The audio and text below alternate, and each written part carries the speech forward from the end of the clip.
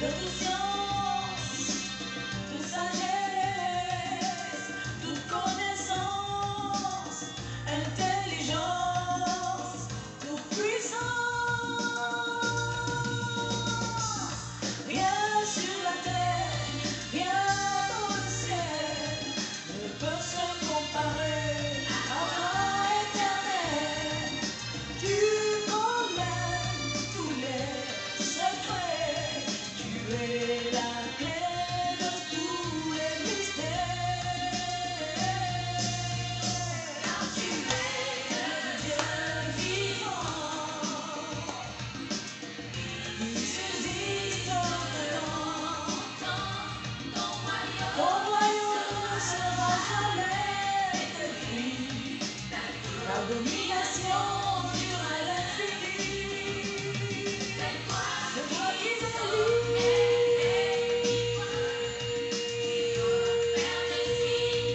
C'est toi à jamais. En tout Dieu, tu demeures l'unique Dieu. Tu règnes à jamais. Tu es le Dieu vivant, qui subsiste en tout temps. Ton règne est infini.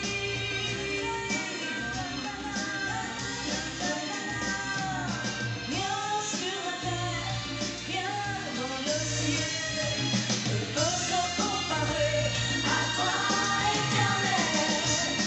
Tu connais tous les secrets, tu es la clé de tous les mystères. Car tu es le Dieu vivant, qui subsiste en tout temps. Ton royaume ne sera jamais détruit. Ta domination durera à l'infini. C'est toi qui sauves et délivres, qui opère des signes et des prodiges, à jamais et en tout lieu. Tu demeures l'unique Dieu, car tu es le Dieu.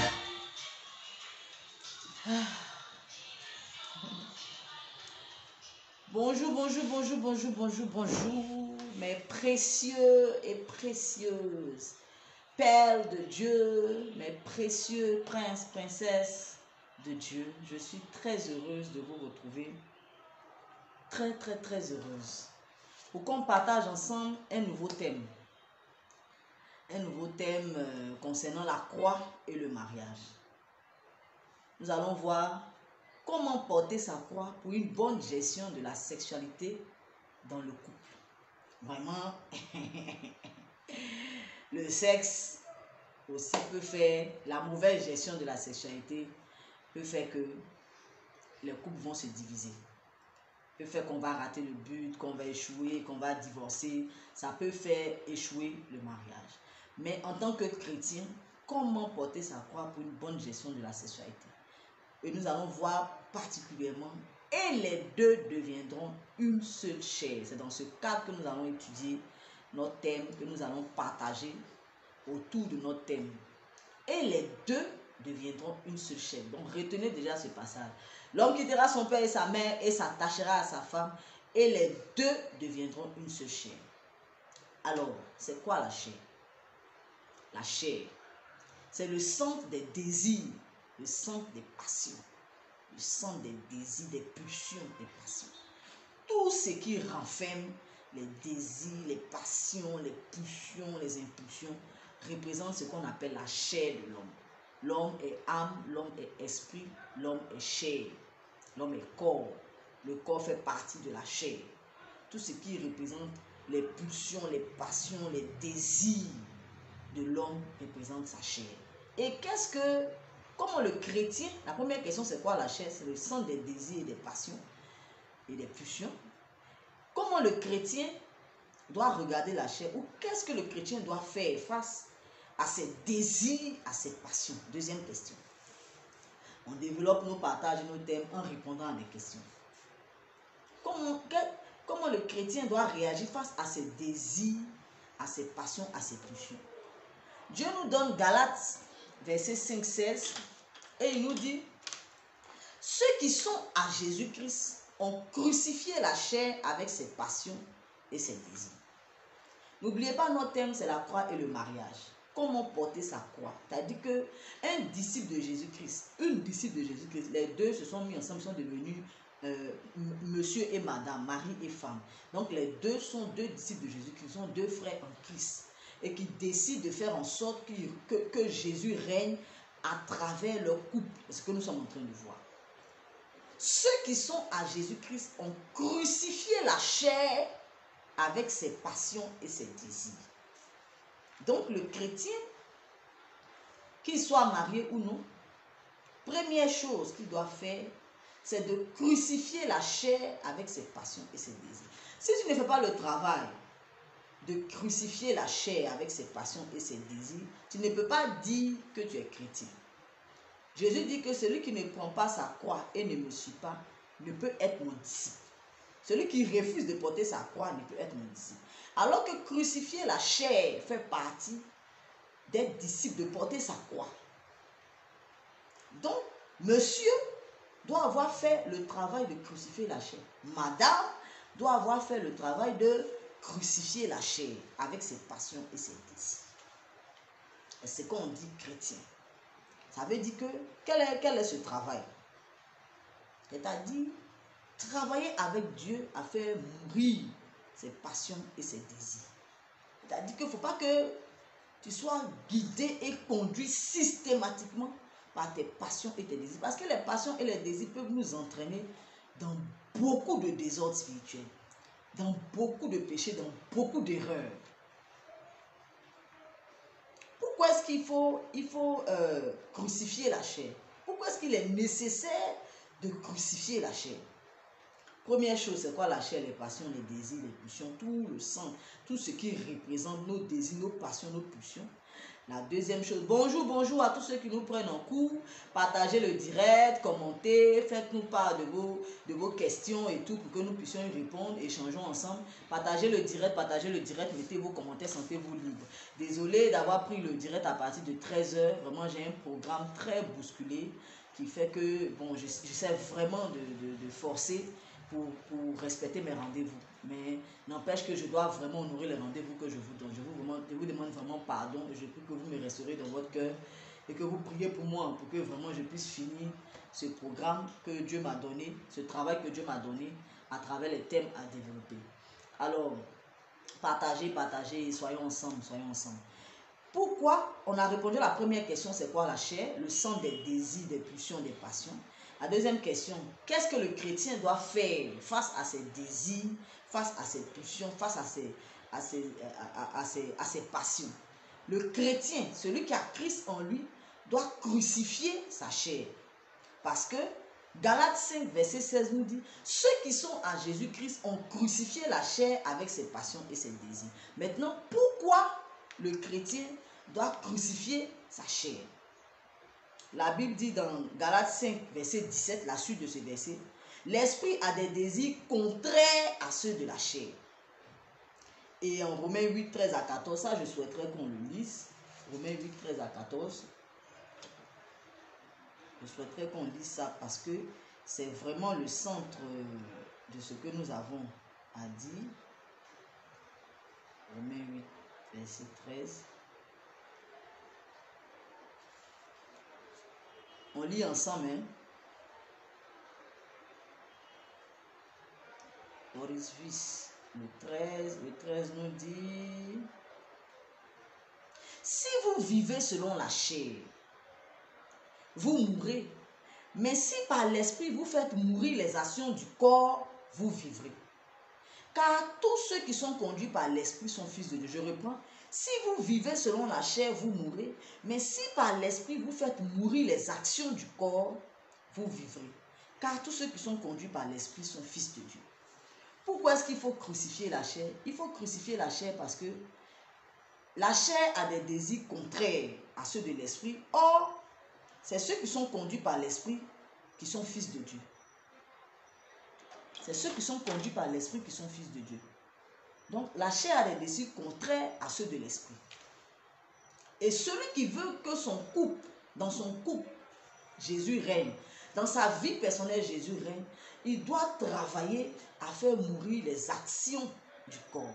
Mais quand on dit faire mourir, est-ce que ça veut dire que tu ne dois plus avoir des passions, tu ne dois plus avoir des désirs? Voici où nous rentrons dans la centralité de notre thème. La sexualité fait partie des désirs, des passions, des désirs de la chair, des passions, des pulsions du corps, notre sexualité.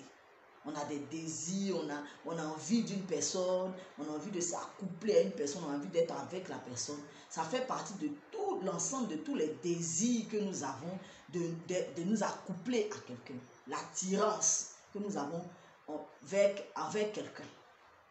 Là, on parle des hommes, et puisque nous sommes des chrétiens, on ne parle pas des animaux. Et nous devons vivre notre sexualité comme des êtres humains, pas comme des animaux. Tout ça, c'est un autre débat que nous n'allons pas développer dans nos cadres parce qu'il faut aller de façon précise. Et même, je crois que nous sommes déjà en train de... Le temps que nous avons pris déjà, voilà. Alors, la sexualité. Si quelqu'un n'a pas appris à gérer sa sexualité, à discipliner sa sexualité, à discipliner ses désirs de façon seule. C'est pour cela qu'on avait vu le thème en 2020, le sexe et le but. Parce que Dieu a dit au départ, il a donné à l'homme des désirs et des passions pour une femme, pour que les deux soient couples, parce qu'il a dit qu'il n'est pas bon que l'homme soit seul, dans le cadre d'être ensemble pour accomplir un but. Donc Dieu a défini que le sexe doit se faire dans le cadre du mariage. Dieu a décidé que le sexe doit s'accomplir dans le cadre du mariage. Si quelqu'un n'a pas appris à se discipliner, déjà avant le mariage, quand tu as envie de quelqu'un, tu couches avec la personne. Quand tu as envie de quelqu'un, il faut absolument que tu assouvisses ce désir. Tout ce dont tu as envie, tout ce que tu veux, tu le fais. Là, on parle du cas de la sexualité. Parce que la chair, c'est le centre des désirs, des pulsions. Mais pour développer notre thème, il fallait qu'on parle de cette généralité pour arriver à la spécificité que nous venons de développer, qui est la sexualité. La sexualité fait partie des passions et des désirs de la chair. Si tu n'as pas pris le temps de travailler à maîtriser ton corps, à discipliner ton corps, à ne pas aller avec qui tu veux, comme tu veux, c'est ce que tu vas traîner dans ton mariage. Donc déjà, en tant qu'individu chrétien, qu'est-ce que nous sommes en train de voir? En tant qu'individu chrétien, avant même de dire mon mari ou ma femme, voici comment l'autre veut pas, je veux pas. Toi-même, comment tu conçois la sexualité devant Dieu? À quoi tu travailles personnellement pour montrer à Dieu que tu as crucifié, pour montrer à Christ qu'il est assis en toi, que tu as crucifié la chair, ses passions et ses désirs au profit du règne de Dieu. Si ce sont tes envies qui te guident, si lorsque tu es en face d'un homme ou tu es en face d'une femme qui correspond à tes attentes, à tes désirs, qui t'attire, tu ne peux pas te retenir. Tu ne peux plus obéir à la loi de Dieu. Tu ne regardes plus, est-ce que tu es dans les conditions, est-ce que tu as droit à coucher avec la personne ou non? Est-ce que tu as droit à aller avec la personne ou non? Tu ne regardes plus ça. Tu ne penses que par tes passions et tes désirs. Tu ne penses que par ce qui se passe dans ton cœur, dans ton attirance, tes désirs. Là, tu n'as pas crucifié la chair. Parce que le passage nous a dit quoi? Si vous vivez par la chair, vous mourrez. L'âme qui pêche, c'est elle qui mourra. Et si vous faites mourir les désirs de la chair, vous vivrez par l'esprit. Donc si tu décides que c'est ce que tu ressens en bas, ton sexe là, qui doit diriger ta vie. Ah, je ne peux pas me retenir, je ne peux pas, c'est plus fort que moi, c'est plus fort que moi. J'ai entendu un témoignage de personnes qui sont allées violer une dame. Quand ils sont allés la violer, et puis elle dit qu'elle a le sida. Et comme elle a dit qu'elle a le sida, ils l'ont laissé, ils sont partis. Ces mêmes personnes-là, quand on va leur dire, mais pourquoi vous tombez à chaque fois dans le sexe, ils vont dire que bon, c'est plus fort que moi, vraiment quand je les désire, c'est plus fort que moi, c'est plus fort que moi. C'est pas plus fort que toi, c'est parce que tu te laisses aller à ça, c'est pas plus fort que toi. Si on te dit que la personne a le sida, la personne a tel maladie, tu vas pas coucher avec la personne. Si tu veux coucher avec un homme, tu veux coucher avec une femme, quand on te dit que cette personne a une maladie mortelle, tu vas avoir la force de ne pas coucher avec la personne. Donc, tu peux ne pas coucher avec la personne. Si tu remarques que tu ne te donnes aucune limite et que quand toi tu as envie, il faut que tes envies soient satisfaites, c'est que tu n'es pas chrétien. Que tu ne te donnes aucune limite, que quand tu as envie, il faut que tu ailles, c'est que tu n'es pas chrétien. Parce que tu as envie, tu dois faire. Non. Il faut régler ça personnellement avec Dieu. Donc Dieu, à un moment donné, nous emmène à travailler, à régler notre sexualité, parce que c'est quelque chose qui peut nous faire aller dans le décor, qui peut empêcher le règne de Dieu d'être établi. Donc, travailler à crucifier sa chair, c'est travailler à crucifier sa sexualité.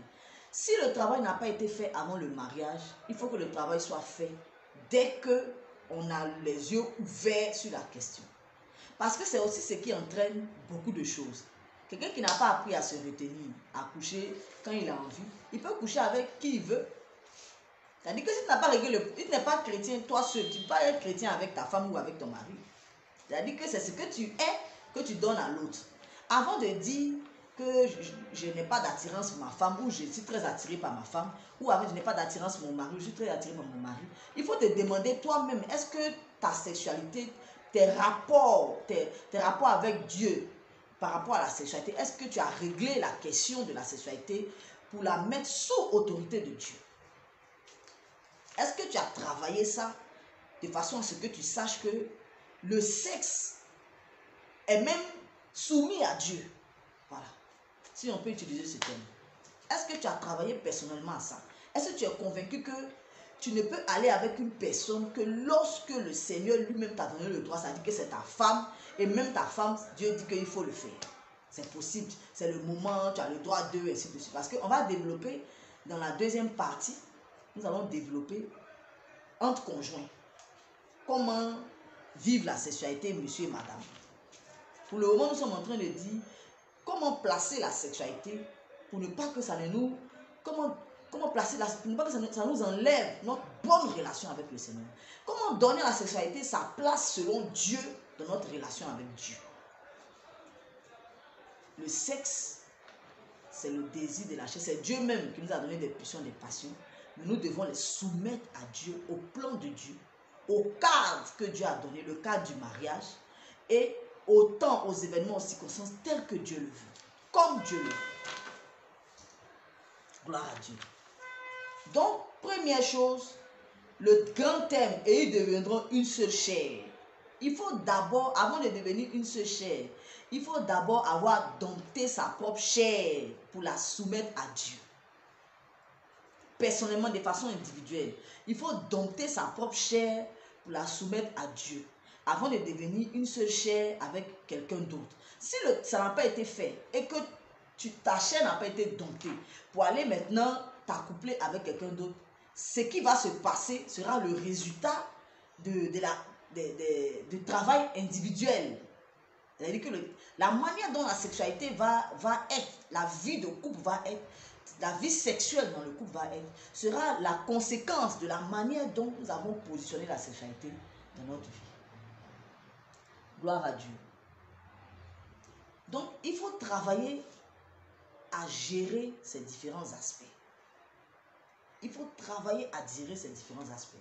Il faut travailler à laisser notre sexualité être crucifiée. Nos désirs, nos pulsions sexuelles. Donc, aujourd'hui, c'est d'abord nos passions, nos désirs, nos pulsions. Ont-elles été crucifiées? Ont-ils été crucifiés? Sont-ils passés par la croix? Ont-ils été soumis à Dieu de la manière dont Dieu veut qu'ils soient soumis? Sinon, il faut que le travail se fasse de façon urgente parce que le sexe divise beaucoup de couples. Le sexe divise beaucoup de couples. Quand on n'a pas appris à laisser Dieu nous conduire plutôt que notre sexe, notre sexualité, nos désirs, nos passions, nos pulsions, l'esprit a des désirs contraires à ceux de la chair. Or, ceux qui sont conduits par l'esprit sont fils de Dieu. Si tu veux que Dieu règne dans ton foyer, il faut apprendre à laisser l'esprit dominer sur la chair. Mais est-ce que ça veut dire qu'on n'a pas le droit d'exprimer ses désirs et même de les assouvir dans le cadre du mariage. Non, ce n'est pas ce que ça veut dire. Ça veut dire qu'il faut les soumettre à Dieu comme Dieu le demande. Gloire à Dieu. Oh Seigneur, je prie que tu entres dans les foyers, que la révélation soit donnée, que la vie soit donnée, Seigneur. Que tu donnes la capacité aux uns aux autres de crucifier la chair et de travailler à leur sexualité, Seigneur. La sexualité, telle que tu le veux, Seigneur. Tel que tu le veux, que chacun puisse discipliner son corps, son âme, son esprit, sa personne, ses désirs, ses passions, pour te laisser régner, Seigneur. Pas parce que je veux, mais parce que toi tu veux. Pas parce que j'ai envie, mais parce que toi tu me donnes le droit de le faire. Seigneur, s'il te plaît, rentre dans les couples, rentre dans les foyers, rentre dans les maisons, rentre dans la vie des uns et des autres, des individus, Seigneur. Oh Jésus, Jésus, Jésus, viens au secours de tes enfants. Fais-le s'il te plaît au nom de Jésus-Christ. Amen. Nous nous retrouvons demain. Nous allons accélérer par rapport à ce thème. Nous nous retrouvons demain à 12 h pour la deuxième partie. Et les deux deviendront une seule chair. Comment gérer la sexualité ensemble, monsieur et madame? Comment? Parce que chacun vient avec ses expériences personnelles, chacun vient avec ce qu'il a vécu par le passé, comment il a été, comment il a travaillé avec le Seigneur ou non. Chacun vient avec cela et vous accouplez. Comment ensemble faire la fusion pour que ce soit Dieu qui règne? On le verra demain. Ne rate pas le rendez-vous, c'est demain 12 h. Et prie pour moi, pour que je sois à tous les rendez-vous. Et que vraiment le Seigneur puisse édifier et entrer dans les couples et sauver des couples et sauver des vies et sauver des familles. Que l'honneur et la gloire soient rendus au Seigneur Jésus. N'oublie pas que je t'aime. À demain.